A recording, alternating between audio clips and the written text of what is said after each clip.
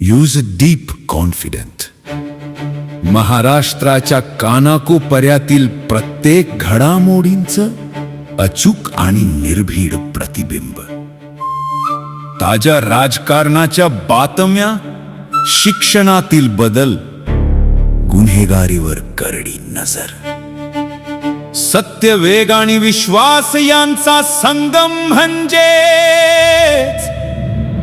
Ajinkya Maharashtra news.